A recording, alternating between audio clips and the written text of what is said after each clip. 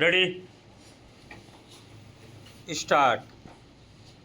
मनुष्य का सबसे कठिन संघर्ष बाहरी संसार के बजाय स्वयं के साथ होता है।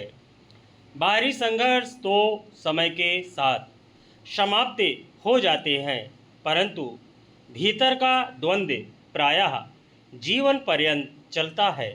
हर किसी के भीतर ऐसे कुछ सत्य छिपे होते हैं जिनसे सामना करने का साहस हर किसी में नहीं होता।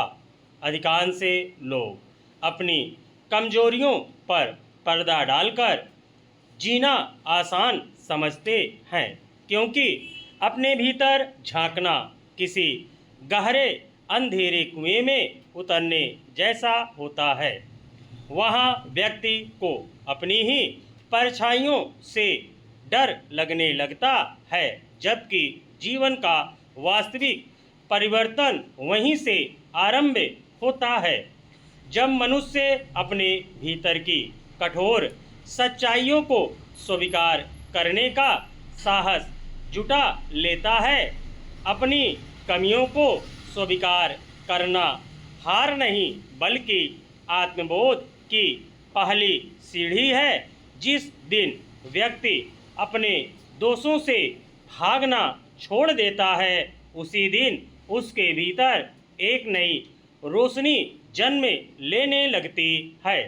रविंद्रनाथ टैगोर ने उचित ही कहा है कि मनुष्य का जीवन एक महान नदी की भांति है, जो अपने बहाव से नई दिशाएं स्वयं बना लेती है।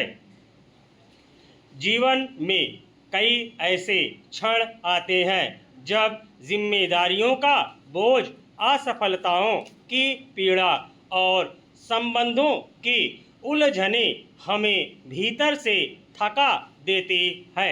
लगता है जैसे अब और आगे बढ़ना संभव नहीं, परंतु यही वे क्षण होते हैं जहां उम्मीद की छोटी सी लौ हमें टूटने से बचा लेती है। इसी लौ से जीवन की सही राह दिखती है।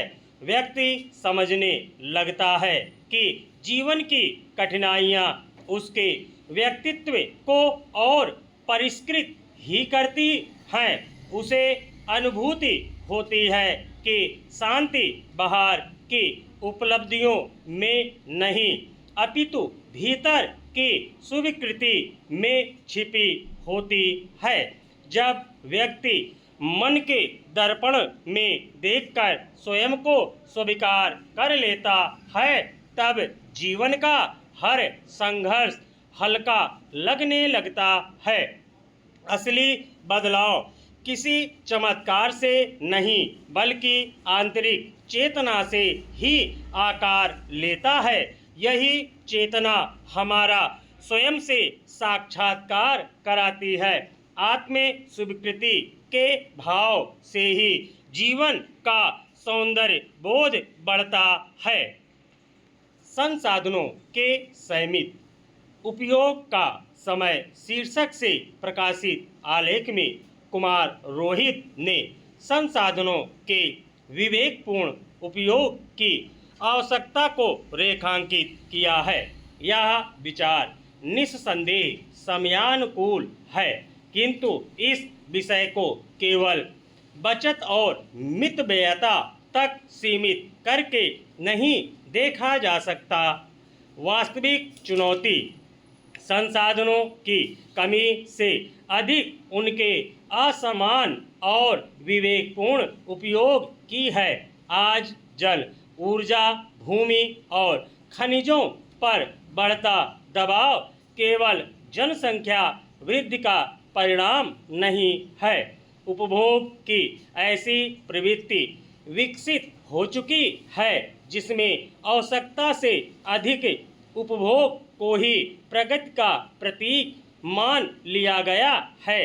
विडंबना यह है कि संरक्षण की सीख सामान्य नागरिक को दी जाती है, जबकि बड़े स्तर पर होने वाले अपव्यय अव्यवस्थित विकास और संसाधनों के अनियंत्रित दोहन पर अपेक्षित कठोरता दिखाई नहीं देती। स्टॉप।